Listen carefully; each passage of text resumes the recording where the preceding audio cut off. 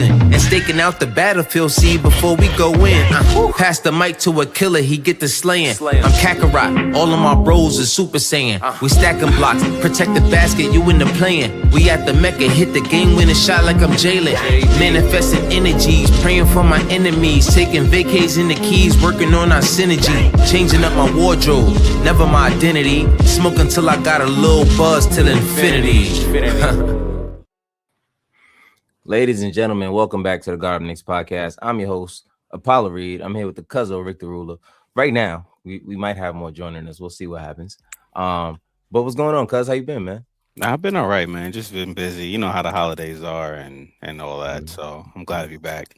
Good. How's the family doing? How's the fam? Yeah, everybody's good, man. Everybody's in good health. Kids are happy. They got everything they wanted for Christmas. So the wife's happy because the kids are happy. So I'm good. I know the vibes, man. Honestly, it was a good holiday for the kids too. They got most of the stuff that they wanted. Of course, there's always one thing that they're like, well, I thought I was gonna get. I'm like, all right, see, relax.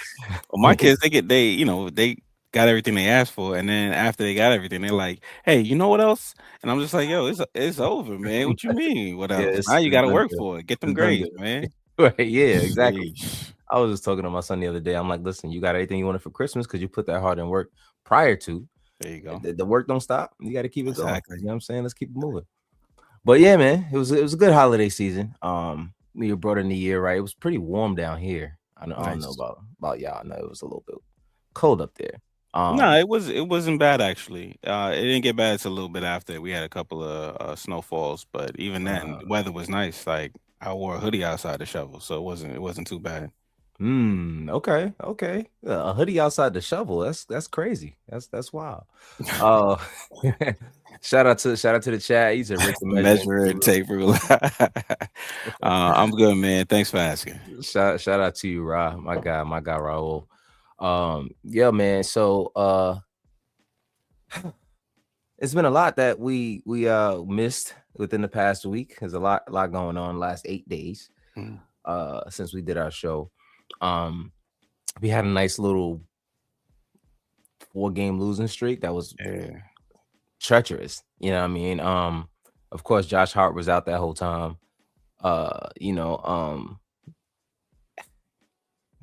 This team looks completely different when he's not there, man. Like it's crazy. It's almost night and day. I don't want to say that without Josh Hart we lose, but a lot of our identity is tied into what Josh Hart brings to this team. So yeah, personally, I was glad to see him back last game. But let's talk about those games. The last 3 games. We're gonna go into the Clippers game, then the Phoenix game, and then finish up with the Portland game. Yeah, Phoenix game. Yeah. So the Clippers game, it was a pretty good game. It was I think we lost to Detroit the game before. So we kind of turned it around and we got destroyed by Detroit. Yeah, I was hoping we didn't have to talk about that one. Trying to avoid that loss. To get that one, but you know what? I'm glad we lost the way we did, and people was like, "Why?" And I said because now Detroit is going to think that they got our number. There's no tape for them to review. That's going to do exactly what they did, but we got tape to review, and we can look at what they were doing in order to score, and I think that puts us at an advantage. So. If they stay at number 1, we stay at number 2. We really don't, and everything goes according to the numbers. We really don't have to face them until the conference finals, and that's where everything is gonna come into play. So that's my little spin on a terrible situation. Yeah, right. The Detroit situation. I mean, we still got to play them 3 more times this year. You know what I mean? So, is it 3 more times? Actually, now I think about that it. many. Because I think we got to play them 4 times. We played them. That was the first time we played them, though? I think that was the first time we played them. Yikes. This season. I think we played them during the Friday, July. That was in. Oh, wow. Well, okay, hold on. October. I think we did play them in the preseason. Did we? I don't think so. No, we didn't play them in the preseason. So yeah, so that was the only game we played them so far. Damn. So All we right. got Back. we got some games. We got some games against them. I think we play them again the next time, February 6th, it says. Then again, February 19th. And is there one more? There is not one more. So it's only two more times this year. So Okay. 6th and the 15th February of 19th, February. we're gonna win. The next time we're gonna lose, and the 19th we're gonna win. That's my prediction, just based off of Mm-hmm. how I think things are gonna play out. Okay. Don't ask me I'm why. I'm not mad at that because the Knicks like to go through their ebbs and flows of things, which is very frustrating to watch. Um, my spin on it, I think I knew they wouldn't come out with a head full of steam based off of how they played our last interaction, which was during the playoffs. And Jalen Brunson hit that cold shot over them to send them home. Mm-hmm. They were missing Beef Stew, Isaiah Stewart. I'm I pretty much knew that they were going to try to come out and punk us. That's kind of what Isaiah Stewart was saying prior to. He was saying that if I was there, it would have been a different series, which that's arguable. You know what I mean? He has a good point. Like they would have played Cat a little bit different. There was a game that Cat he went off, and you could say that if Beef Stew was there, that he would have had a little bit more of an effect on how Cat was playing based off of what we saw. But like you said, I think that was the tape. They probably feel like they have our number now, Mm-hmm. and that's what we want them. We want them right there. We want them to feel like they got it. We were going through, honestly, we were already going through a losing streak Mm-hmm. before playing them. We were already down. The team, the morale wasn't high. We weren't 100%. Josh was still out. I'm not sure if Deuce was there that game. But yeah, Josh was still out. Cat is a little bit up and down. I don't know what's going on with Cat. But we'll talk about that later. But I think they feel like based off that game, they have our number. And if you look at it, there were times in that game where I'm like, wow, like these guys really they got us. They got us. You know what I Yeah, mean? they had a chip. They had a chip on their shoulders. But like I said, I knew they would come out and play that way. They're not a bad team. They're number one in the Eastern Conference. So they're on a roll. So it was kind of expected from me for them to have a game like that. But I do feel like the next time we play them, it'll be a little bit different. Or the next couple times we play them. So I don't know. We'll see how that goes. Shout out to the chat, my guy, Carbon Intellect. What's going on, Izzy? You're my guy. He said peace and abundance to Apollo and Rick. Appreciate you, my guy. Peace and abundance to you as well. So let's talk about this Clippers game. I think that was in the Garden. Was it? I think that was in the Garden, wasn't it? I believe so. I don't remember, but I don't remember. Yes, it was. Yes. It was in the Garden. I guess. I mean, I didn't watch the first half. I wasn't home, but when I did get home, I was looking at the score as I was traveling or whatever, and I told myself I was just like, they're still gonna win this game, so I don't know why they're doing this. Right. And in the fourth quarter, they pulled together, which I'm expecting. So which when they has don't, been a trend. It's been a trend. Yeah. They only play basketball in the fourth quarter. Exactly. Yeah. And that's what kind of upset me about the Phoenix game, but we'll talk about that. Yeah, we'll get into that Phoenix game as well. Looks like we got somebody backstage. I don't know if he's ready. He was ready. I'll wait. He's there. I'll wait. And it looks like he's there. What's going on, cousin? What's good? How you doing, family? Everything's good. What's good, Rick? How you doing, family? I'm good, man. I'm good. How you doing? I'm alive. That's good. That's good. So Good. you're alive. Good. Hey, family good. You got nephew back and then all that in the crib. Yeah, fucked my finger up today. So Oh, no. Yeah, so it's the guy, the work guys who work with tools and all that. We always got a new little nick and knack somewhere on us. How you been? How y'all doing though? How y'all doing? We good. We good. We've been here, man. Just waiting for you to pop on with us before we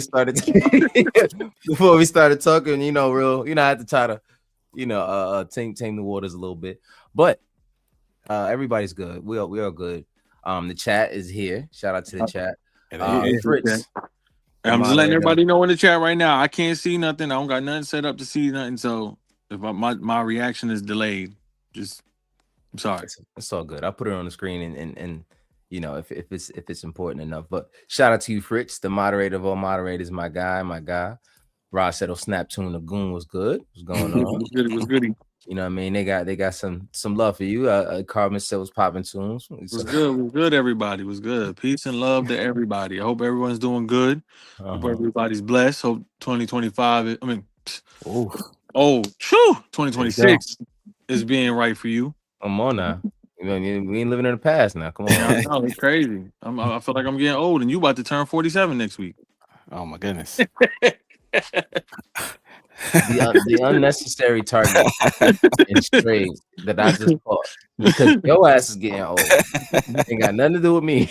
You're gonna end up backstage now. All right. Look, before we get on topic, speaking of old, so I told you we took the family to AC this weekend. Yeah. I took the boys down this water slide. So Deuce got it down. He went down his first big water slide by himself. So I'm very proud of him. Mm-hmm. I go down after them. When I tell you I felt my age and older, I got a Charlie horse. I got a lower back injury on the water slide, bro. I was going because we tall, so I'm not trying to have my feet dragging on the slide because I don't want to get it nicked on anything, and I'm not trying to have my feet hitting the top of the slide. So I'm trying to keep it at a mid-level, up in the air. I caught a cramp midway. My lower back started tweaking. I was fucked. Oh, pardon my language. Why are you holding your legs up? Because I don't, I like it. So the water slide, it was like you lay on your stomach, Paul. So you it's like this little sled thing that you laying on. Oh, okay. So I don't want my feet dragging behind me, and the slide's got gaps in between, so I don't want my toes to hit that and then mess my toe up. And I don't want to have my feet too high up because now I'll be dragging on the ceiling. The same thing. So I'm keeping it up at an angle. Oh my God. Yeah. Time to pack it up. It's time to pack it up.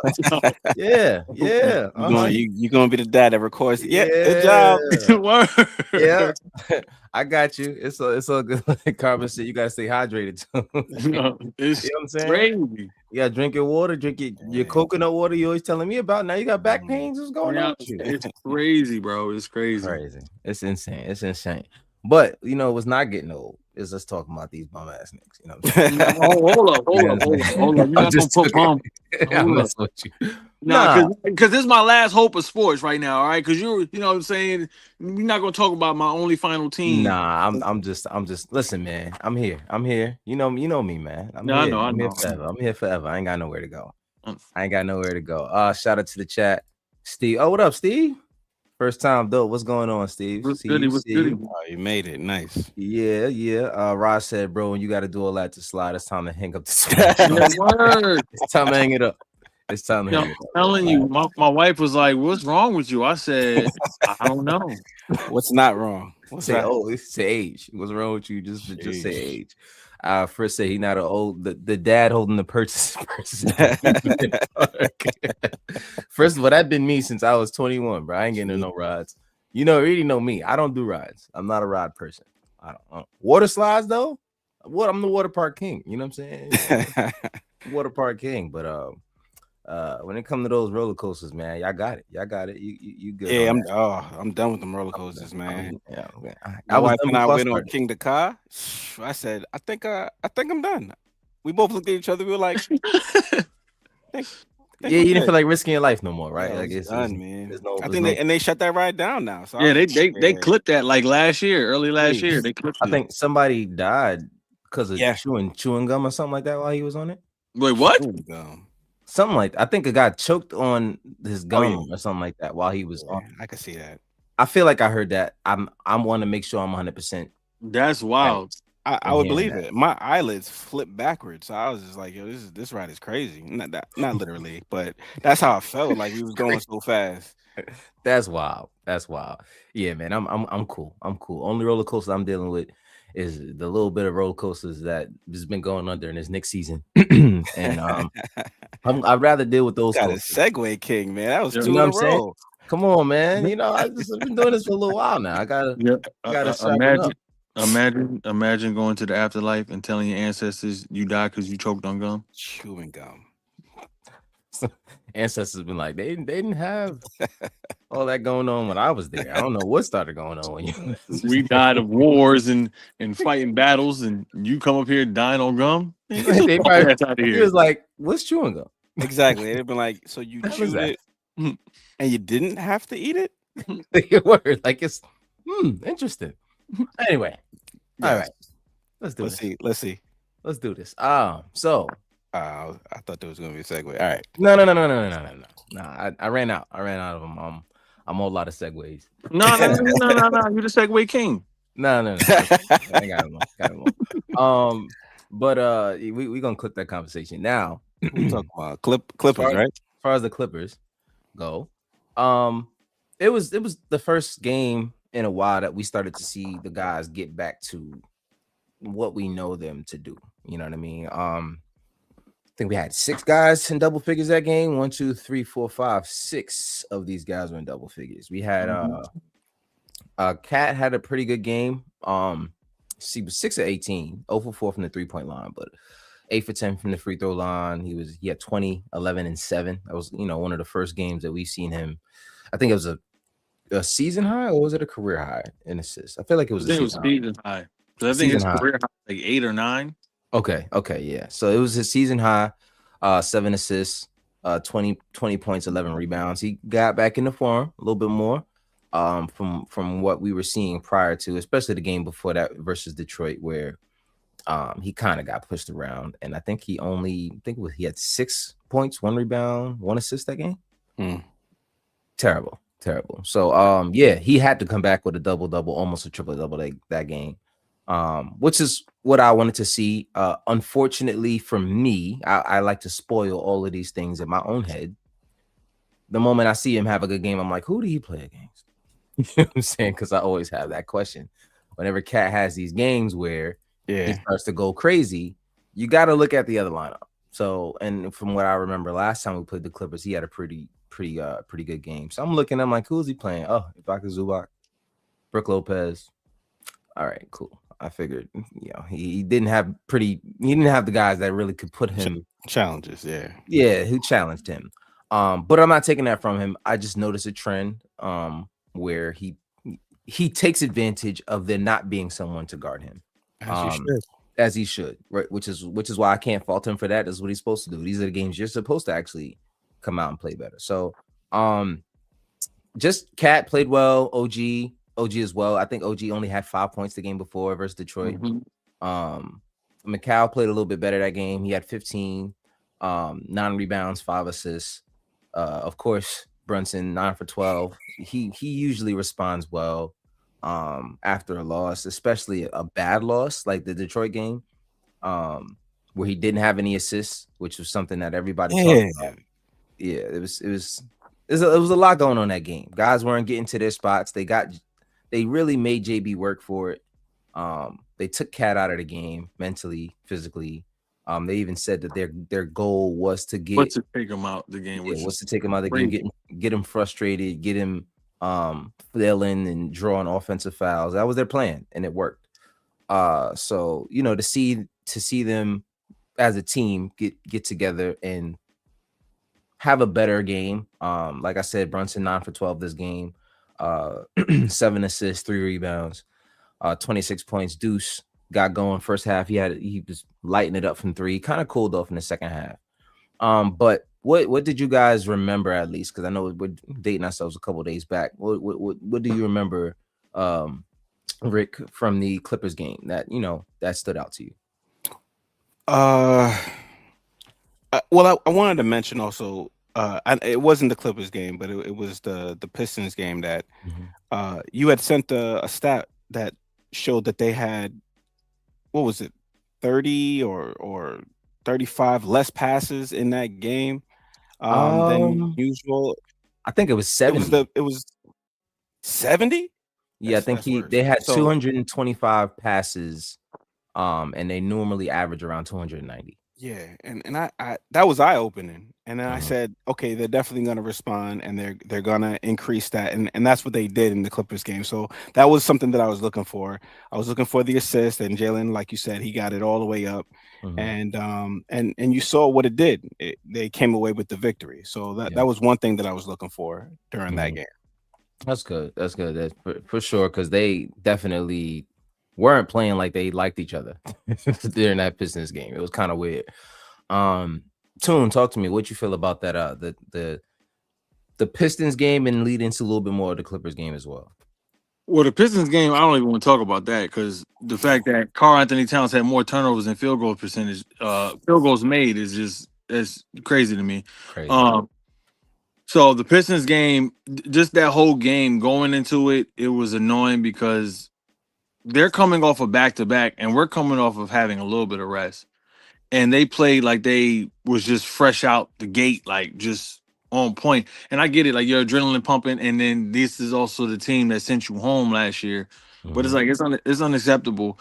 Not to mention they didn't have Duran. So Cat, what are you doing? You know what I'm saying? You letting Paul Reed and these other cats do dirty, you know what I'm saying? Like Isaiah Stewart, don't get me wrong, he's a tough defender, and I would love to have a player like him on the Knicks. But it's like, bro, you tower over him. He's damn near he's 2 inches taller than me. I'm lying. He's like 6'7", 6'8". But still, you 7 feet tall. Regardless, you tower over him, bro. Like, how are you allowing this dude? And you weigh more than him.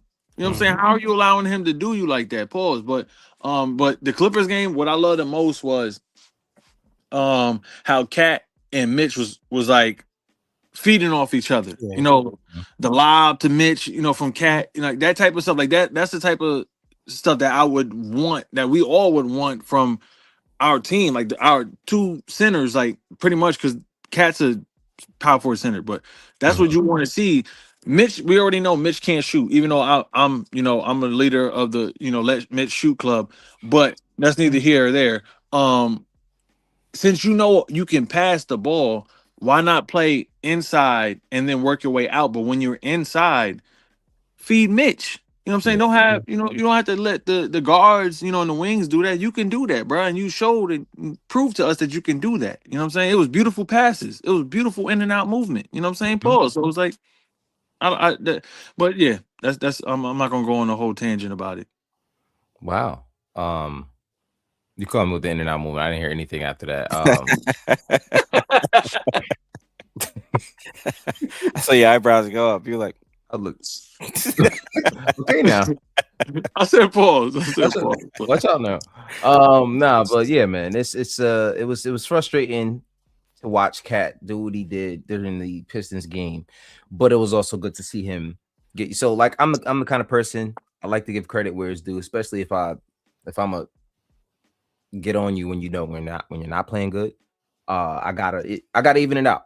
Unfortunately, I have to play that game a lot with Cat.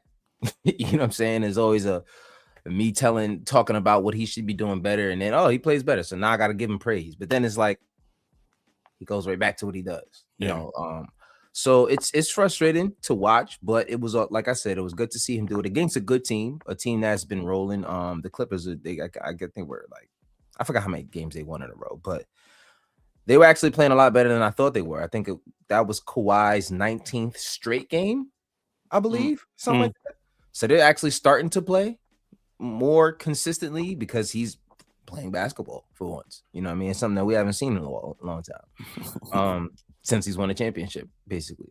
So, I think that it was good to see them turn it around and have a good game against a good team, because that's basically what they're supposed to do. I'm actually not sure if we played them at home or if we played them. No, I think we played them. I think it was in a week. The Clippers? Clippers, yeah. We were home. We were home. Yeah. We were home there. Okay. Yeah, we were home. Yeah. And then we went to Phoenix after that. And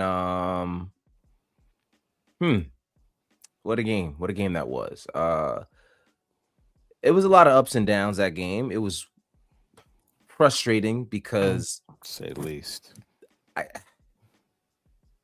when you let a guy like Royce O'Neal, who Joe on his show has already mentioned, just gets under Jalen Brunson's skin. He does not like that dude ever since he was in Dallas.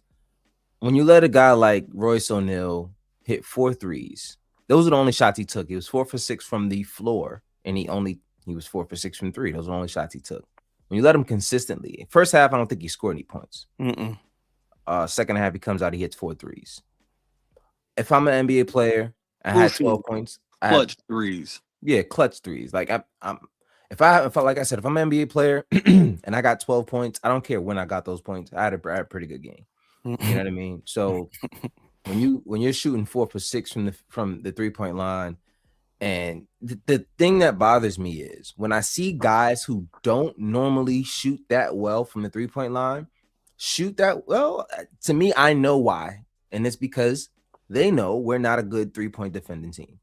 It's not even that though. It's because like you can't even like say that like with his threes, he was shooting like from the logo. He was like, but the thing about that is he knew he could do that because no one was guarding him. He knew he would have all the space in the world, bro. At this point, NBA players are shooting from 2-3 feet behind the line in practice. Like that's just a normal shot for them. You know what I mean? So when you let a guy get comfortable from that distance, you're gonna have a game where he's like, all right, once he sees one going, that's it. He's gonna keep shooting them. And that's exactly what he did. And he hit a lot of big shots. And then that just added on to what Devin Booker was doing. He hit a lot of big shots. Even Dylan Brooks in the first half hit a lot of big shots. It's just guys who, and you know, people looking for the Colin Gillespie's and the Grayson Allens to have a good game and the Jordan Goodwins. But at the end of the day, it ends up being guys like Royce O'Neal and Dylan Brooks who you never expect. And that's usually how it goes for us. And that frustrates me because I don't know how long we're going to be a bad 3-point defending team. Like it's something, even the games that we win, we let guys shoot threes. Like we're protecting the paint way more than we're protecting the 3-point line in the league where guys are shooting threes way more than they're shooting at the basket. So at this point, it bothers me when I see it happen. We kept the game pretty close. I think what was this final score? I think it was only a 5-point loss. Final score was 107, 112. Yeah, 5 points. Oh, yeah. So it wasn't like a terrible game like the Pistons game. No, I do think that a lot of it had to do with them being on the road. They're not a good road team. They were 7-9 going in that game and ended up 7-10. They just, I don't know what it is this year with this team. They just have not played well on the road. But you know, they like I said, Deuce had a pretty good game. He had 17 points. Jalen had 27. Cat had 15 and 12, 5 assists. It was pretty good game. It's just there were certain defensive assignments, and that's the thing about this team that coach says all the time: we can score with the best of them. We got to defend, you know, and that's just it. We have to defend, and that's pretty much the issue we had there. So Toon, talk to me about what you saw during that Phoenix game. I saw a lot of biasness going on because there was a lot of calls that were called against us, but weren't called against the Suns. Like for instance, who was it? Jalen Brunson got called for the offensive foul for the bump off, right? But then Grayson Allen comes down, does the same exact thing. And they don't call nothing. Fast forward, Jordan Clarkson's playing defense. They call a reach-in foul. No, they call a body foul, body-to-body contact foul. Grayson Allen does the same thing to Jalen Brunson and pushes him, literally pushes him with his hands and his pelvis, pause, and literally bounces off of Jalen, and they don't call nothing. Ref's standing right there watching it, don't call nothing. And then Jalen turns the ball over because he's getting pushed. Grayson Allen jumps on the ball, then they call a foul on Jordan Clarkson. When Jordan Clarkson's jumping for the ball, you're allowed to jump and hover over a player and go for the ball. As long as you're going for the ball, they call a foul. I didn't understand that one either. Terrible, right. Terrible officiating. And that's what made us begin losing that game right there. And that's the type of stuff that I don't get. Like, if you're gonna call a game, call it fair and call it even, because that's the type of stuff that I like. If it was the younger me and I was in the crowd, I want to go punch the ref in the face because that's not fair. And I'm being dead serious. I'm not just saying that. I'm being 100% serious. Like my wife I'm looks at me like I'm crazy. I'm Like I'm not sure if only the younger you would have done that, honestly. it's just it baffles my mind because it's Yeah, like, bruh, I how are never you understand calling? that. Yeah, You know what I'm saying? How are you calling fouls against one person and then the next person does it right in your face and you're just like, Nothing happened. yeah. Yeah. It was We're letting frustrating. them play. But can I say that in that fourth quarter, in those last, I would say 3 minutes, maybe even 2.5, that Phoenix just wanted it more. Yeah. Like the the inbound deflection from Jalen to Bridges, I think it was. And Bridges was like allowing the ball to roll out of bounds, and then Grayson Allen just reached around him The and then hell was threw it off him. that? What are you doing? What are you doing? Y'all needed that play. And then he got his team the ball back. And then they scored, and then they pulled away. And They wanted it more. yeah, they wanted it more that game. And I just attribute the loss to that, because at first it felt like, all right, this is where we're gonna come back. And they did. They closed the gap, they tied the game, and it was in reaching distance but to if win. you notice, Rick, that's when all that Yeah. fugazi was Yeah, going yeah, on yeah. with Grayson Nah, Allen. For sure. it wasn't even just then. I mean, yes, The whole throughout the game. game. Throughout the Yeah. whole No, game, no, yes. throughout the whole game, But but there but was a in lot that of stuff moment, going yeah, on. in that Yeah. moment, I felt like that should have been a jump ball or something. But I didn't understand the call. I thought when they reviewed it, they were going to reverse it, but no, they were like, nope, it's a foul. Yeah, and that was the thing that bothered me that game. And I typically I don't like blaming the refs for a loss because I always like to say you have to play well enough to not make the refs a factor. And I believe that to be true every game. Especially for a team that's supposed to be a deep playoff team. You're supposed to be able to withstand that kind of pressure. And just play better, like no matter what the refs are doing. So I'm always gonna stand on that hill. But that game was atrocious from beginning to end. Yeah, it wasn't Um, good. you allowed them to get into rhythm every single time. There was some plays, and I'm sitting there watching the game with my wife, and she's never seen me like get this upset at a game. Cause I'm sitting there watching, and I'm like, yo, literally for the 3 straight plays that they got the ball, there was a whistle. Every single time they got the ball, there was a whistle. And then they would go on the other end and it would be the same contact and there'd be no whistle. So I'm like, what is going on here? Like that to me is a sign that these guys kind of wanted it to go a certain way. Um, I think they were on some kind of streak. They were playing well. But regardless, they were at the free throw line all game. Let me look at let's see how many free Yeah, throws they took that game. it's almost like the league wanted them to be a better team than they actually were. Right. Which and this is the thing that bothers me is because and shout out to my boy Jelani because we've noticed this. The league the refs start to do this thing where they let a team they're really strategic. They'll call a lot of fouls for one team in the first half, let them get in the rhythm, let them build the lead, and then they'll call the fouls for the other team in the second half just to even up the numbers. So when you look at the numbers at the end of the game, you can say, oh, it was it was officiated pretty evenly. And if you watch that game, there was no way that game was evenly officiated at all. If you look at it, like right now, if you look at it, it says that they were 20 or 23. They took 23 free throws, and we took 21. There's, you know what I mean? We only took 2 more. They only took 2 more than we did. So, okay, you can look at it and say, yeah, they pretty much called that game even. But if you're watching that game, there was no way that game was didn't feel even at all. Yeah, it didn't feel even at all. And then that's the problem that You're we've gonna go always. down a whole rabbit hole if you start saying stuff like that. They're gonna start banning. You already know Listen, it's gonna go down to. I don't even care. At this point. They could think whatever they want. Because and that's how they figure it out. That's what they're gonna be asking. but it's weird. Like I said, Jelani and I we have this conversation every game, and we're watching it, and we're looking at the fouls, and we're like, I guarantee by the end of the game it's gonna be evenly called, and and they do it every single game like clockwork. But if you're watching the game while it's happening, you're seeing this Phoenix Suns at the line all first half. They get in the rhythm. Anytime that they're not in rhythm, it was frustrating. And like I said, I'm not the one to like to blame the refs for a loss. because the guys got to play well. But if you look at the way the guys are playing, it's not like we played bad. You're not playing bad. You know what I mean? Because even when like OG, you know, I already know he has the Target bag. That's probably is going back to the Walmart bag because he been, you know, leave my boy alone. But when he be dribbling, sometimes like, yeah, he be losing the ball, but dudes be swiping at him. You know, your hand part of the ball, but your arm isn't. Yeah.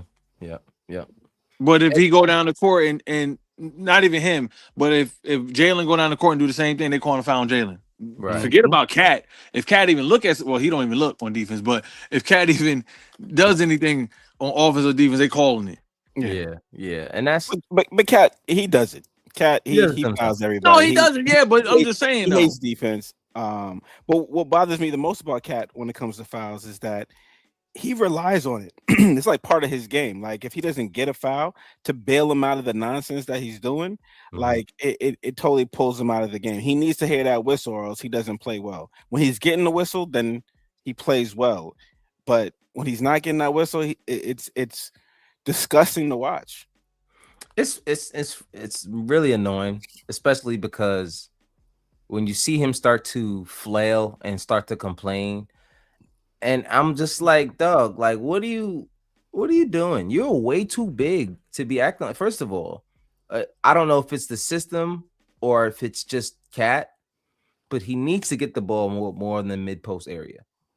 Clear everybody out, go to the other side, get him the mid post at the wing, and just let him go to work. If somebody comes to help, he's a good enough passer to pass the ball to someone who's open. We've seen him do this time and time again. Yeah. So, you know, I would rather see him do that instead of the dribble drives from the 3-point line, because what it does is it allows one more guy to see him driving from the 3-point line, step up and make him make a tough shot. You know what I mean? And now he's starting to take these 1 foot off balance layups at 7 feet tall. He's gonna hurt himself. You know what I mean? Like, I don't want. At the same time, he is getting contact, and if that was a player like Shea, they calling it. Yeah. No, I'm not talking about the calls. I'm just talking about where just for him to get a more efficient shot opportunity to get. Oh yeah, but when he's driving to the basket, it's hella contact. No, so, yeah, he's I'm not disagreeing. Yeah, when he's slamming to the floor, that's a foul though. You got to I'm not disagreeing. I'm saying he needs to stop getting all his buckets, even if he is getting the call every time. He's 7 foot. He doesn't need to be driving from the 3-point line. That's not a good strategy. No, it's not a good strategy for you to be 7 foot and putting the ball on the floor to get to the basket from the 3-point line every single time. Yeah, you're gonna run through this guy like it's pause. You know what I mean? It's not really gonna be good for him. So if he was smart, he could play like you know, I don't want to compare him to Jokic, but if he was a smart individual, he can emulate his game off of Jokic, and it'll be so efficient for him because it'll save his energy on defense, and he'll be more efficient on offense. People don't talk about how bad Jokic is on defense though. Like, well, I'm just saying though. But if he was to emulate his game, he would, one, save his health, and then two, he'll be more efficient. So it would take the baggage off of Cat. You're not playing defense because you're preserving yourself. So at least you're a big body. You're getting down there. You're not on the floor taking 10 minutes to get up, and everyone then ran back, and then now you showing up like. The problem with him is it takes him. They run their offense through Jokic in Denver, so it's a lot easier for them to do that. When you have Brunson on the floor most of the time, like Brunson's going to be the one setting up the offense, not a Cat. You know what I mean? So you really have those situations where he's not on the floor and it's just Cat with his lineup, where you see Cat being able to be a little bit more productive, but he's not able to do it in the big moments because usually in the big moments the ball's in Jalen's hands. And I'm not going to argue that the ball should be in Cat's hands in those situations. You know what I mean? I'm not going to argue that because Jalen was the clutch player of the year last year. You know what I'm saying? That's what he does. You want the ball in his hands in that situation. And I think that's what makes Jokic who he is in high pressure situations. He's the one that has to figure it out. And I can say that, you know, Jamal Murray has a lot to do with that, but Jamal Murray is not always there. He's always hurt. There's always something like, you know, he's in and out of the lineup. But we can move on from the Phoenix game and land on the Portland game, which we did play pretty well, and Josh Hart returned. He had 18 points, 6 assists, 2 steals, 1 block, 3 rebounds, which was odd. I think that might have been legs, him just getting back into shape, a little bit of rust for him to only have 3 rebounds. Yeah. But Nah, not really, because I don't know how to pronounce the old boy name over in Portland, but he a rebounding machine, and he actually knows, like, he kind of took a little page out of Kevin Love's book on how to, like, box out and everything in the perimeter. I mean, Donovan Clingan. Yeah, Clingan. There you go. Yeah. He's a rebounding machine. So He only had 8 rebounds that game. He only had 8. Cat had 11. Mitch had 11. I think that's really what I think that game. Cat and Mitch pretty much like held it down on the boards for us, and Josh. I think it was a mixture of them holding us down on the boards, and that being Josh's first game back from an ankle injury as well. So he's probably scared to be mixing it up in the paint, trying to grab rebounds and possibly land it on somebody's foot or something like that.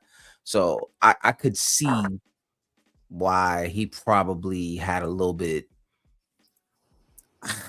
of a off game from the rebounding standpoint, but everything else, I feel like that had to be what it is, because everything else looked good. Everything about Josh's game, he was 3 for 5 from the 3-point line, which is something that he's been doing well this year, and he continues to do. But y'all, I don't want to go too much into the stats. Talk to me about how y'all felt and what y'all saw during the Portland game. Start with you, Rick. Portland.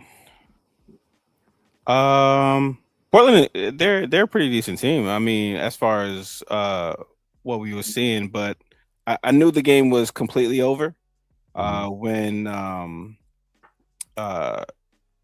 Advia went out. Did I say it right? Advia? Yeah, Advia. Yeah, Advia. When he went out, and I was just, all right, it's just a wrap now, because they were keeping it close. It was pretty decently close, and then when he went out, I was like, all right, I could breathe a sigh of relief, because it's over now. But we got to start racking up these wins again. We dropped too many, and these are teams that we have to come out and beat. But they weren't as bad as I thought they were gonna be. They were actually pretty decent. You mentioned Avdia, and that dude is good. He's good. I gotta he turned up.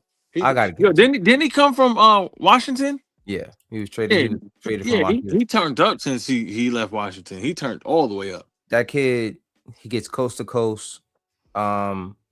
He can handle the ball. He can finish at the basket. He can shoot. He pretty much does everything that you need him to do as a wing. I ain't gonna lie, if he didn't go out, I'd been questioning how well we would have been doing that game, because he had us on our toes all game long. Every single time we made a run, they made a run, and it started with him getting to the free throw line. I think, how many free throws did he have that game? I think he shot 10 free throws that game. He was 8 for 10 from the free throw line. 3 steals out on the fast breaks, and just making big plays. Abdi is a good player. Hopefully he comes back from whatever that was. He was making an all-star run. I think his first all-star appearance this year. I like what he's doing. So hopefully, health-wise, he gets back to himself. But yeah, man, that kid, he had us on our toes all game long. But go ahead, Toon, talk to me about what you saw that game. I mean, I pretty much said all I said. I mean, I like, obviously we won. We should have beaten that team by a larger margin that we did. And like you said, and like Rick said, with Avia going out, that's what really gave us more of that separation. But it's like, outside of Avia and Sharp, they don't really have much. I mean, Clingan, I mean, he's not really a scoring machine. He's more so like a rebound and putback type of dude. So it's like that type of team, you should be like, that's a walk. You know what I'm saying? That's a cakewalk. But you struggling with them, and it's like, Josh Hart just got back, but it's like, if Josh Hart can come back and turn up and have 18, why isn't OG, Macau, and even Deuce, off the bench, because who's coming off the bench to guard him? Not saying that these dudes in the NBA, so I don't want to just say like they just some amateurs, like some JV team, but it's like, bro, come on now. Yeah, it's frustrating to watch a lot of those times. Shout out to OG for the Portland game because he did come through with 24 points, 7 rebounds, 3 assists. Like he's been playing a lot better recently. I think the key to us getting victories is when OG is taking shots and making them.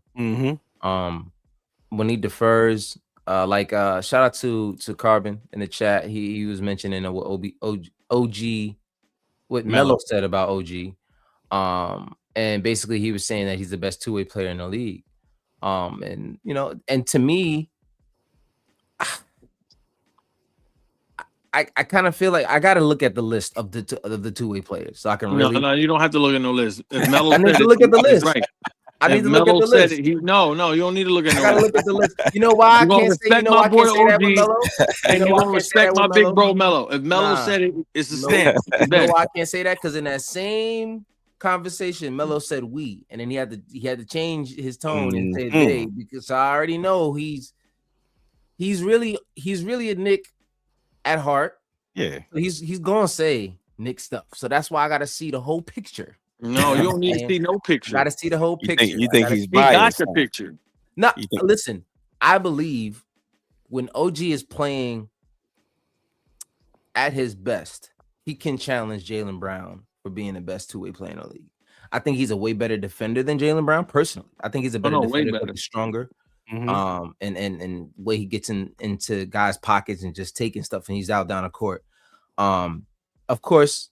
Jaylen is a lot further along on the offensive side, and we've had plenty of talks about that. It's not even that. It's more so Jaylen is more quicker and agile and athletic than OG. Well, it's not even about the athletics. It's about how good it looks. Like you can put the ball in Jaylen's hands, and you know I'm going.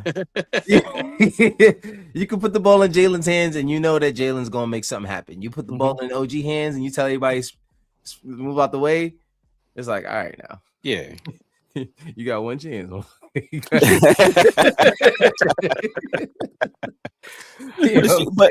But it's interesting though because I still don't look at OG like a shooter, but. When he spots up from the 3-point line and knocks him down, I'm just like, yo, this guy's a shooter. But every time I look at him, I don't look at him as I don't see shooter. Right. Exactly. Every time I look at him, I'm like, OG, what you doing? Oh, okay, OG. Yeah, exactly. Every time I'm like, yo, yeah. How many points he got in the Portland game? He got 24 points. 24 points. And how many threes did he shoot? 4 for 7. 4 for 7 from the 3-point line. 57% from the 3. And that's what I mean. When you look at the Pistons game, from the line. I mean, if you look at the Pistons game, right? He had, let me look at it real quick. I think he took 4 shots. 4 shots. He was 1 for 4. Carl, 1 for 4. Like you are, you guys are supposed to be the second and third options, and you both took 4 shots. You only took 4. I don't care if you missed them shots. You only took 4 shots. How are you helping us by only taking 4 shots? Now, we can blame Jaylen because you look at the shot disparity. They took 4. Mitch took 3. Macau took 10. Miles took 9. And Jaylen took 21 shots. Like, you know what I'm saying? Like, the ball wasn't really moving that game. No. But at the end of the day, you need to assert yourself more. I say it all the time. If I'm a basketball player and I've played ball my whole life and I have never been close to an NBA player at all, I'm asking for the ball at some point. Like, you know what I'm saying? There has to be a point where I'm like, all right, we losing. Yeah. What's the point of us continuing to play like this? Let's try something else out. Like, we down by a certain amount of points. It shouldn't have gotten to 30 freaking points where we down. Mm-hmm. You know what I'm saying? And these guys only took 4 shots each. So it's the aggressiveness to be a part of what's going on is what concerns me. And you can easily point to Jalen and say, yo, Jalen's got to be a better point guard. Yeah, absolutely. I'm not saying that he's absent of responsibility, but if I am a cat and I'm calling myself the best of all time at anything, because this is self-proclaimed. To be honest, this is self-proclaimed. Nobody else has been saying it until he says it himself, right? If you're self-proclaimed to be the best big shooter of all time, you need to be calling for that ball every single time that you feel like you can shoot. And to me, there should be way more opportunities on the court than 4 shots that you could have taken a shot other than Jalen's 21, right? So when I see these guys in a game like the Portland Trailblazer game, Josh takes 15 shots. OG takes 15 shots. Carl takes 13 shots. Mikal takes 15. Jalen takes 19. Miles takes 11. You got 6 guys who took more than 10 shots a game at that game, right? That shouldn't be a game-to-game thing. That should be consistent across the board. You know what I mean? It shouldn't be a game where I only took 4 shots or I only took 6 shots, but I'm the second and third option. You gotta get these guys involved. When I play 2K with my guys, it's the same thing. We'll get to halftime, and it's either me. It's one of the 4 of us, or 5 of us, I should say. If we're below like 5 points, we say it out loud. All right, we got to get such and such involved. That's it. Because the game is psychological. It's not just about points and dribbling and putting the ball in the basket, taking jump shots. Like, it's a psychological thing. The same reason why when you play the Pistons, they believe that they could punk us into playing however we wanted them to play because they psychologically got into our heads. Are they a better team than us, like talent-wise? No, they're absolutely not. Like, let's be honest, they're not. So when you got guys of this caliber, it should be a consistent thing. It should be a consistent thing, and that's just more of what I want to see. We're going into a January where who do we play next? We play the Kings and tomorrow. And then it's a back-to-back against the Warriors on Thursday. And then we're back at the Suns at home, at least this time, on Saturday. So you want to start to see them trend in the right direction. Then we play the Mavs, the Nets. So it's kind of frustrating, and we better beat the Nets because that's the game I'm being in the Garden to see next week. Oh, nice. So that has to be a win. If we lose in the Garden to the Nets, you better run down the court and slap somebody. I'm slapping. I might slap a Nets fan if I see one in there. So y'all better be. I heard they've been winning recently. I haven't checked the standings, but I heard they've been on a streak or something. Listen, man. They better not. They better not do it. They better not. Shout out to the chat. Steven say he got to get out of here. Dope session. Got to tune in more. Appreciate you, Steve, for tuning in, man. Come through next time. We be here for you. So yeah, man. I don't know. Long story short. We have to get back into this groove and continue. So let's now we're not talking about the games anymore. I kind of want to bring up a few little topics. We did talk about Josh, of course, but that's something that was a big difference this game. You saw how he was up and down the court getting guys involved. I think he had 6 assists or 7 assists. I think he had 6 assists that game. Just being who he is, and now that he's back, rotations will change and all of that. But how do you guys think about what do you guys think about what Josh is going to be able to bring to this team consistently? And do you think we can go back on a run with Josh being back here? Tune, let me know what you got. Oh yeah, most definitely. He brings the energy. He brings the fire that we need. He's that extra voice. Well, he's the first voice, I feel like, that puts the battery in everyone else's back, like Mikal, to speak up and say something.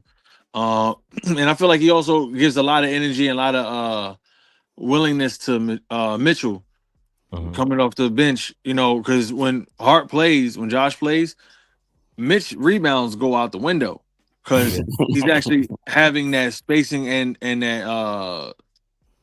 that just straight spacing that he needs in the paint, because it's hard to just focus on Mitch and box him out when you got Josh over here. You know, that's how he's able to help us on the offensive side of the ball, getting us the ball at second chances.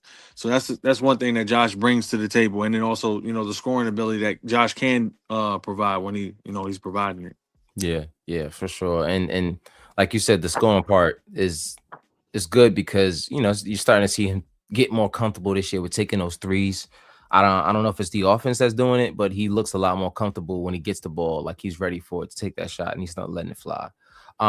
Talk to me, cuz what you got for the Josh Hart? Like, is he gonna make a big difference, and you think he'll help us get to back to our winning ways? Oh, definitely. Somebody approached me on Saturday and they leaned in. They were like, "Hey, what's going on with the Knicks?" I said, Josh is out. Yep. I said his energy, his effort, his grabbing the rebound and going coast to coast. Like, we don't have another guy like that.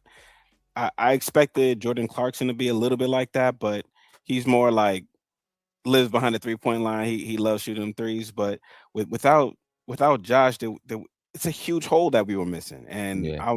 I was so glad to have him back. I'm telling you, every time we lost the game, I was looking at, when's he coming back?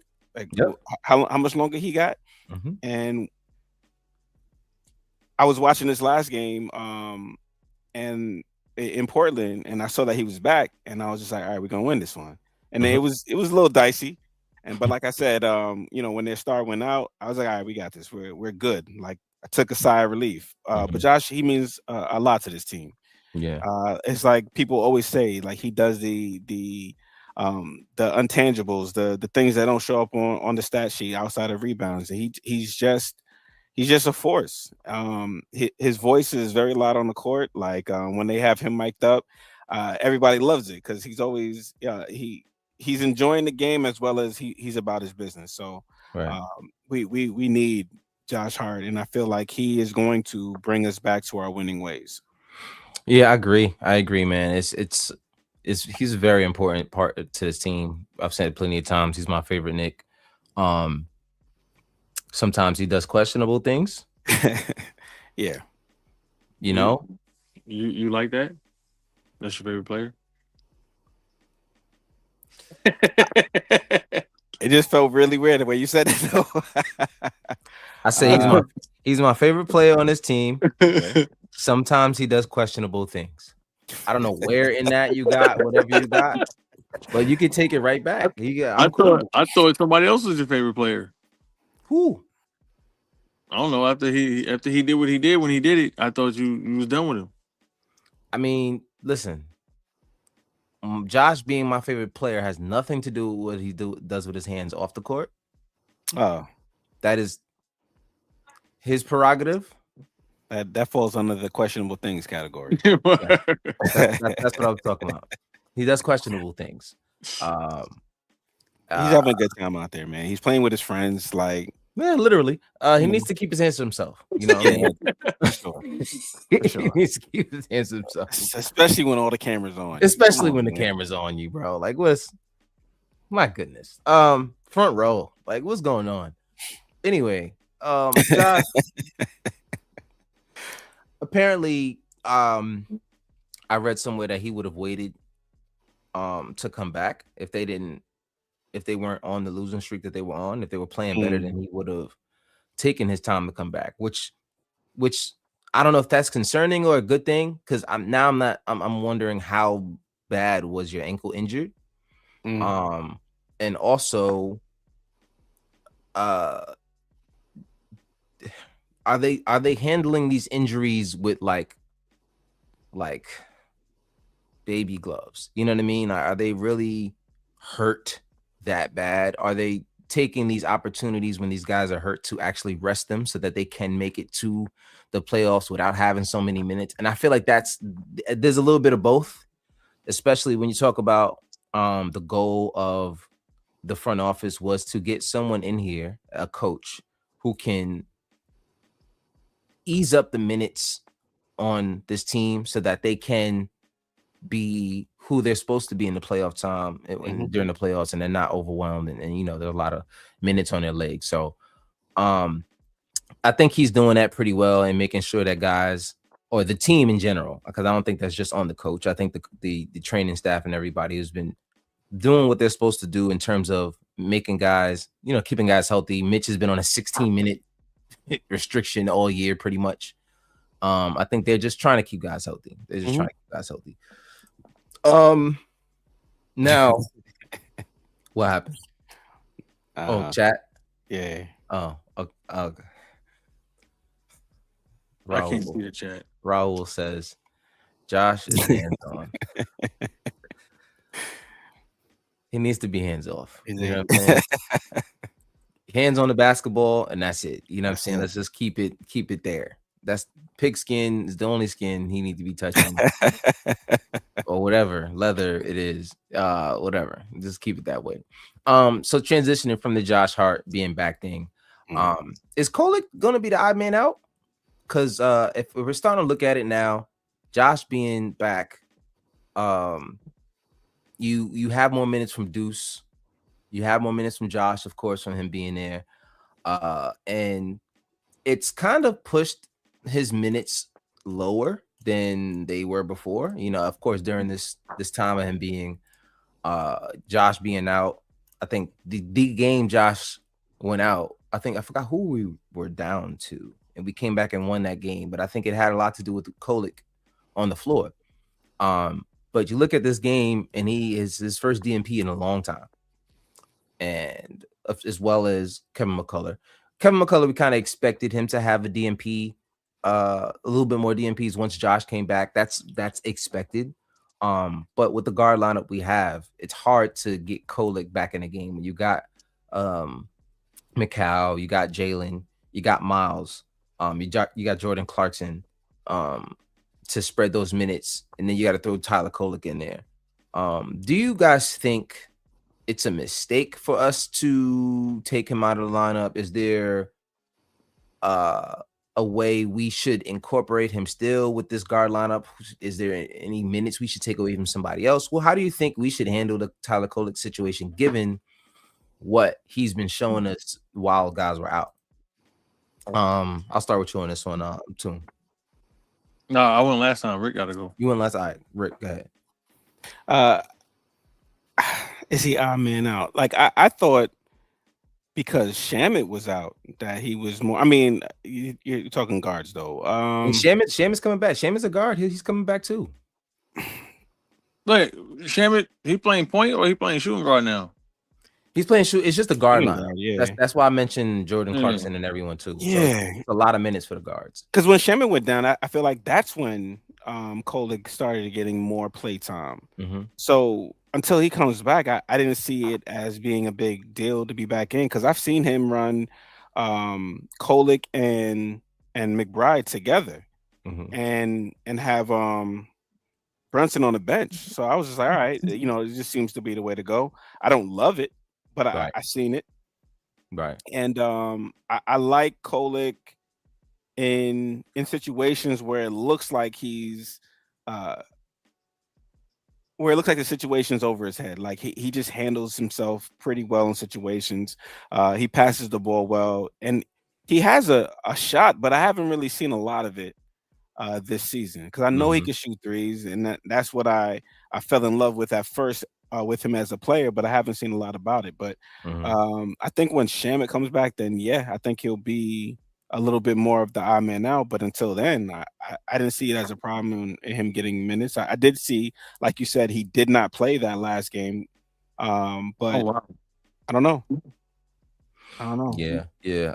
I guess you talking about the rotation that he has had, especially this last game. I think he only had an 8-man rotation for the most of that game. I think because it was such a close game and they couldn't play their bench for extended periods of time without the Portland Trailblazers going on a little bit of a run, it made it harder for him to play guys. So he played 9 guys that game, but DOR only really played 2 minutes. You know what I mean? So he really basically played a 8-man rotation. Pacome Dadier didn't play, who we know is on the trading block right now, what we're hearing.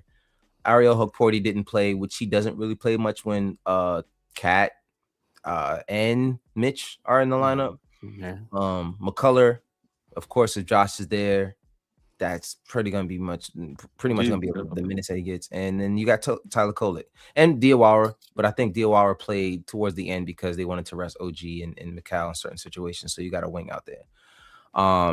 But yeah, and what I'm starting to see is in tough games, maybe you might have a situation where Tyler might only get a few minutes because they're trying to win that game, so they don't have a lot of time to put him on the court for a long time. But if you're in a game where, you know, like the Clippers game, and I think how many minutes did he play during the Clippers game? I think he played, let me double check really quick.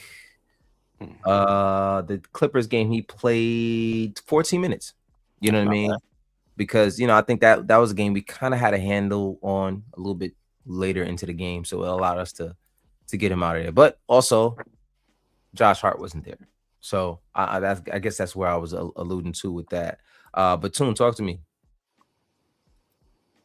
I mean, the way it's gonna look, I mean, obviously he's gonna be the odd man out, and it's gonna be hard to play him because his style of play, like we definitely need that because his court vision, his IQ, his attitude on the court is definitely needed for this team. I love it. But Shamit also brings that less of the attitude, unless Shamit's really like hot. Pause. Like he don't he does the same things that Kolek does, just at a like a quiet scale in a sense. But I definitely feel like we definitely should figure out a way to get Kolek playing time, but it's kind of hard when Kolek was what, 6'2"? Shamit is 6'5". They're about the same. No, they're about the same height. I think Shamit. Shamit's like 6'4". He's like 6'4". He's like 6'4". Yeah, 6'4", 6'5". Yeah, so it's gonna be kind of hard. Deuce is what, 6'2", 6'3". No, he's 6'1", 6'2". So him and him. So you know, we can't really play a small lineup.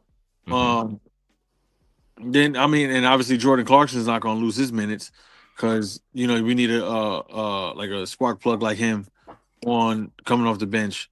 So it's kind of hard. I mean, I don't want to move away from Kolek. I want to keep him here because, you know, as we've seen, Shamit already got hurt. I don't want him to get hurt again, but we need him here just in case. But we do need to free up some minutes for players like him. Diawara needs some minutes. But we need a set rotation to actually have something that's going to be, you know, withstandable in this playoff run. Come playoff time. I think you can play Shamit and Kolek together in certain situations, depending on the game and what's going on, the climate of the game, because they have two different styles. Like Kolek is more of a guard who's going to set everybody up and get everybody else involved. He looks for everyone else to get their shot before he gets his. And Shamit is a guy who's going to take advantage of every opportunity. He's going to look for his shot. He's going to create his own shot.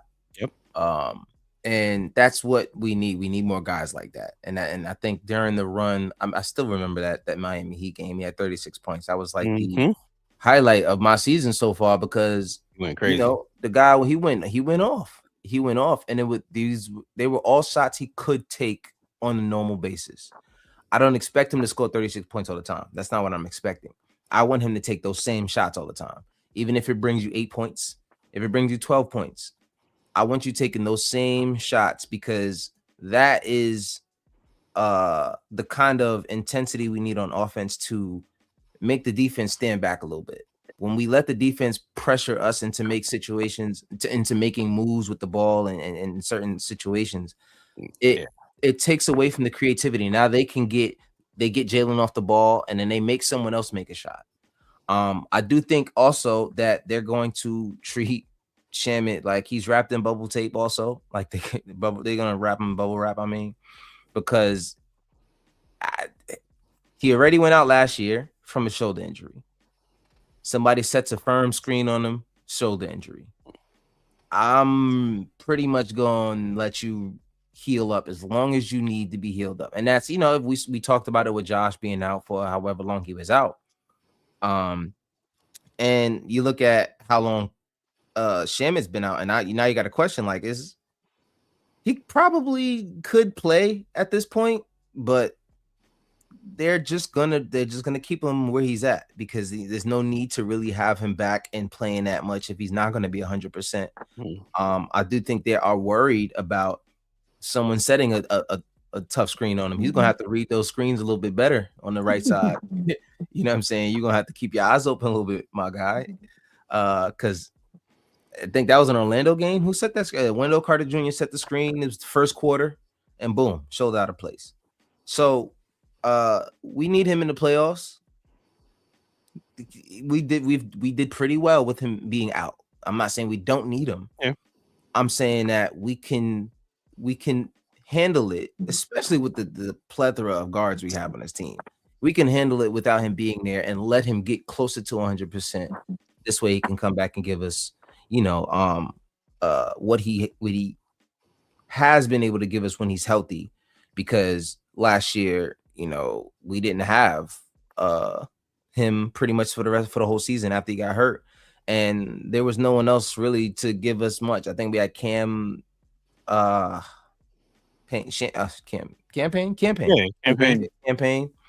and that was pretty much like the only other guy we had off the bench who can really light a fire under himself and get things going. So we need that in the playoff time during the playoffs as much as possible. Hopefully he'll be good enough and be ready by then still, and doesn't get another injury up until that point. So, and look, that's what Carbon is saying. I just love these lineup problems. Can't remember the last time we had such an issue. Exactly. You know what I mean? And that's pretty much where you want to be. You want to be in a place where you can sit there and say, these are good problems to have. Yeah. You know what I mean? You want to have a lot more good problems than bad problems.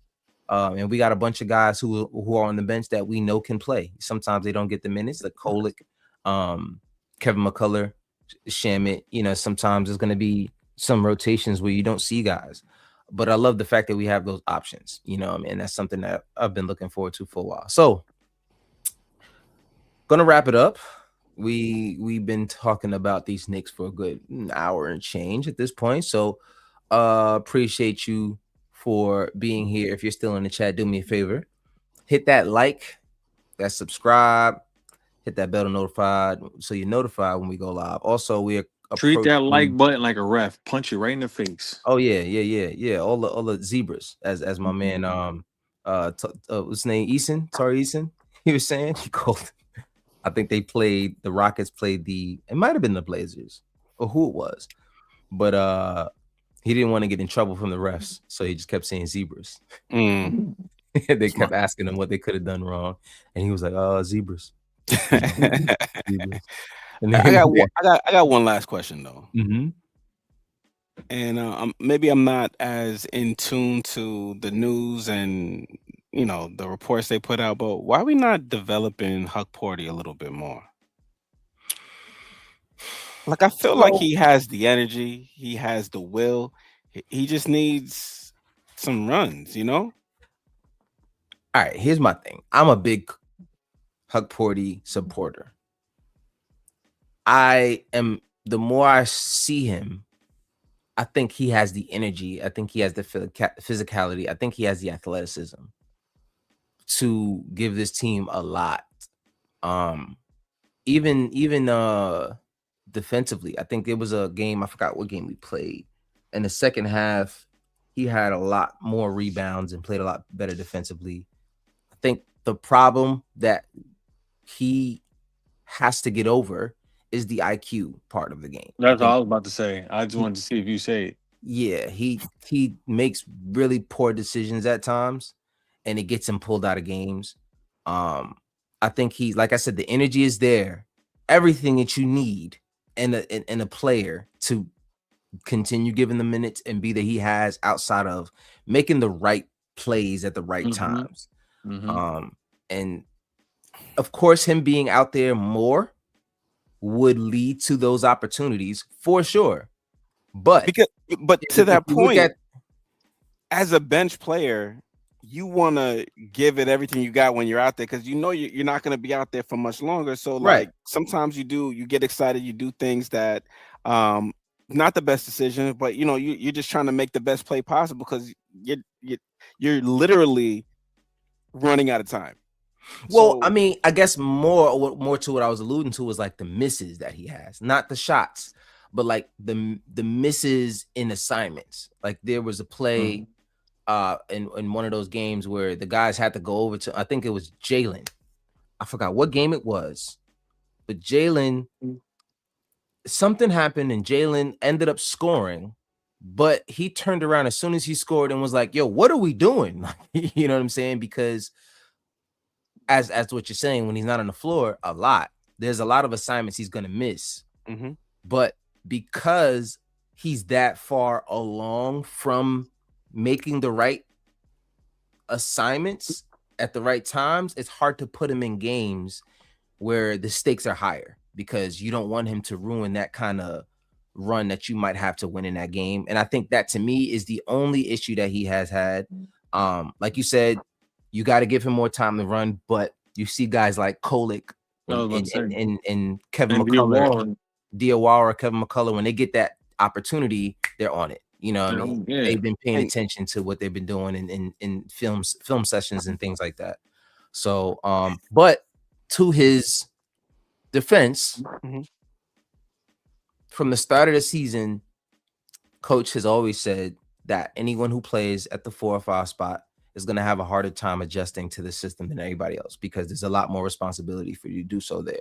So you're requiring him to be to use more of his IQ at that position because of what his, the role is for him to do. So it's going to be, it's going to be rough for him to get minutes especially minutes that will help his development while Mitch and Josh Hart is here. Cat and Josh are healthy.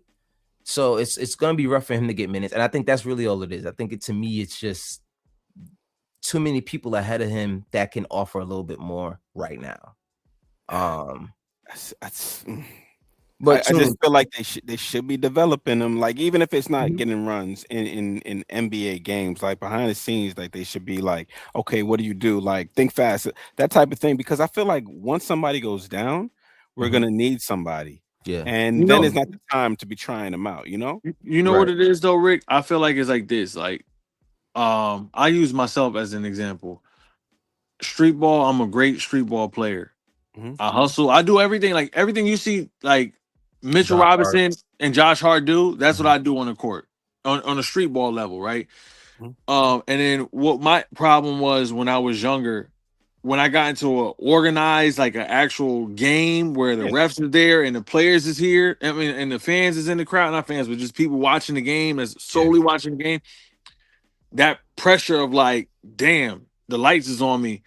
I'll start doing dumb stuff like normally in the street game, I'll grab a rebound, put it up in somebody's face, pause, and then it won't, it'll be just that, and I'll keep it moving. But in the game where everyone's watching, the rest is there, I'll grab a rebound and I can have a layup right here. I'll hesitate, and then I'll just like, I had to like really get out of that mindset. It's a cloudy mindset. You think too much, and that's what Huck Porty does. Like just watching him, like for instance, like it was one game where him and Kolek went at it, where Kolek threw him the ball, he had a wide open dunk, and he like and threw it out, and it's like, what are you doing? You had the dunk right there, and he does that way too many times, and it's like, and then his attitude on getting corrective criticism isn't always the best. Just the few times that I've caught him, like just the facial expressions or his rebuttals or just his energy after the fact, is like that's the reason why I feel like he be getting pulled a lot.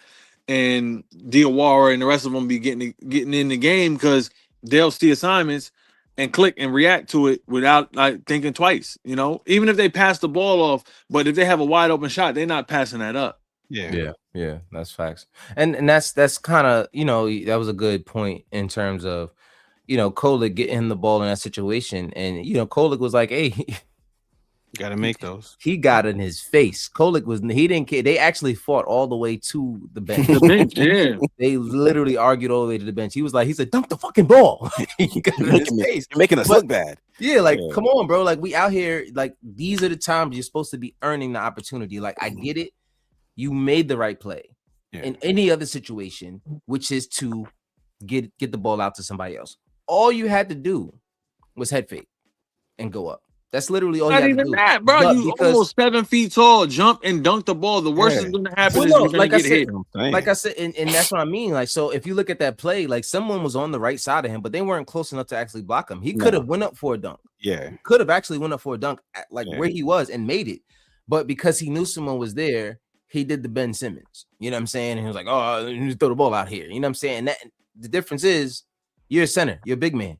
Worst case scenario, you'd have got fouled and went to the line. Or You know got what I'm saying? blocked. And then if You you know? got blocked, then you would have got called soft, but you keep it moving. Yeah, I will agree. You know, IQ is probably a big part of it because he does come from organized basketball. He played overseas, yeah. and so when he came over, I was like, all right, this is going to be an asset. And but again, it goes back to the whole Jericho Sims things. You could be athletic, you could have the will, but like without the IQ, it doesn't really ball to be much of anything. So I'm rooting for him, man. I think he's got a good spirit. He's the right height. Our big guys that go down injuries, or even if we got to rest them for a little while. But you know, without the IQ, it doesn't matter. And so I'll concede. But I'm rooting for him. You want to hear I'm something, Rick? Like, my fault. I didn't mean to cut you off, Cat. you good. I feel like Coach's nephew plays way better than Huck Porty when he gets the opportunity to play.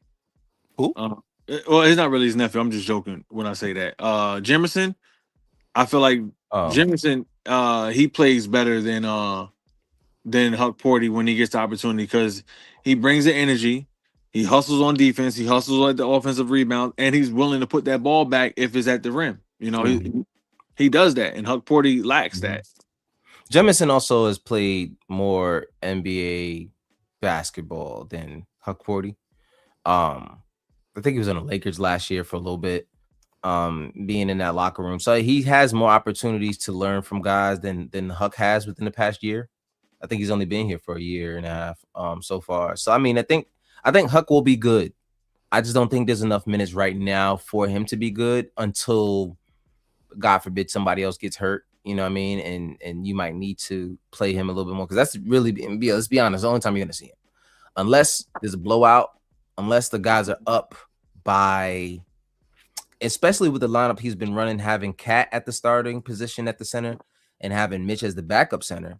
At that point, when you going back and forth between Cat and Mitch, there's not many minutes for Huck Porty there. So unless you're running a lineup that you have Mitch and Cat in there at the same time, they're starting together, then you start to have those opportunities off the bench for Huck Porty. So, you know, I think also not only the IQ, it's also a lineup, I guess it's just rotation clutter at that point, because this is the same thing we're talking about with Kolick and him not being able to get the opportunities with minutes that he did get because guys are now getting healthy. So it's pretty much the same situation. And we saw a lot of Huck Porty while Cat and Mitch were out, especially the games Cat where Mitch, Josh, and Cat were out, which was just horrendous to watch when there's no rebounding at all. That's just disgusting. But honestly, it's not really that much clutter because if Huck Porty was to just do better, like if he was just to do what Kevin McCullough did when he came in the game, if he was to do just half of that, when he gets the opportunity to play again, he can play at the 3. I mean, at the 5 position, right? Cat could play at the 4, and then Josh can move up to the 3. Josh doesn't necessarily have to play the 4. Well, that's the thing. More often than not, with the guys we have, we're gonna see a smaller rotation. You're not gonna run the double big rotation as much as we've seen it in the early stages of this season. You're gonna see a lot of smaller lineups with a big. So because of that, there's not as many minutes for Huck Porty, because if you're playing him primarily at the 5 and you're gonna play Mitch at the 5 as the backup 5, and then you're gonna start Cat, there's not a lot of minutes for Huck Porty. If you're gonna play, if you play a double big rotation and you got, like I said, if you got Mitch and Cat out there starting, you got to bring Huck off the bench, just even if it's 8 minutes that game, because there's gonna be some time where you got to have Cat and Mitch off the floor at the same time if they're starting. So that's when the minutes open up for Huck Porty. But you know, it's like I said, it depends on the team, the rotation, and the style of play that they run. We've seen certain points of the season where OG is the 5. So like we are going to really take advantage of the small ball lineup as much as possible. So I think that also feeds into why certain guys just have minutes and just don't. You know, it's not just about how good they are. I just think sometimes there's just not enough minutes for guys to play. Like McCullough, I don't know when we're going to see him play again. You know what I'm saying? If you got all the guards healthy, I'm not sure when you're going to see him. We're just being honest. If we can play a younger guy, more often than not, it's going to be Diawara because of just the wing, like the wingspan that he can bring to this team. You know what I'm saying? So it's just going to be a little bit different, but you know, it's like I said, like Carbon Intellect said earlier, it's a good problem to have, and I like having these good problems. You know what I'm saying? But yeah, man, that's pretty much all we got. Thank y'all for tuning in to the God of Knicks podcast. I'm your host, Apollo Reed. I'm here with Toon, and I'm here with Rick, and we shall be back next week at some time, and we'll talk about how we're doing at that point, man. You guys got any last words? You go first, Rick. I was just gonna say, let's go next, man. Let's get some winning done, you know. Let's get some winning done. Toon, you got anything else? Don't raise my blood pressure. Let's just go out there and just play smart basketball. Say I got enough problems already. Yeah, man. Listen, like let's he already got dings on his finger and all of that. Like we don't need any extra stuff going on. If you're still here, if you're here on the replay, please do me a favor, head on over to YouTube, hit that subscribe button for us. We are approaching, treat it like a ref and just punch it real quick, and that's it. Yeah, we're approaching 800 followers or subscribers. We're approaching 800 subscribers. When we started this year, I think we had just reached 500. So we're approaching 8, doing pretty good. I would like to see, a little bit more. Everyone. Thank y'all for being here with us and giving us that viewership. And like I said, just pay us with a like, pay us with a subscribe. That's all we need. We're not asking you to do nothing else. I don't care if you. I'm gonna be honest with you. I don't care if you watch. Just do me a favor. Go hit that subscribe button. For your boy. I care. Please watch. Go hit that subscribe button for your boy now. You know what I'm talking about? No, but for real, man. For everybody that has subscribed, watched a lot of the watch hours that have been going up a little bit, I appreciate y'all for being there. And for the people who are normally in the chat, I really yo, as usual, the chat's always got something.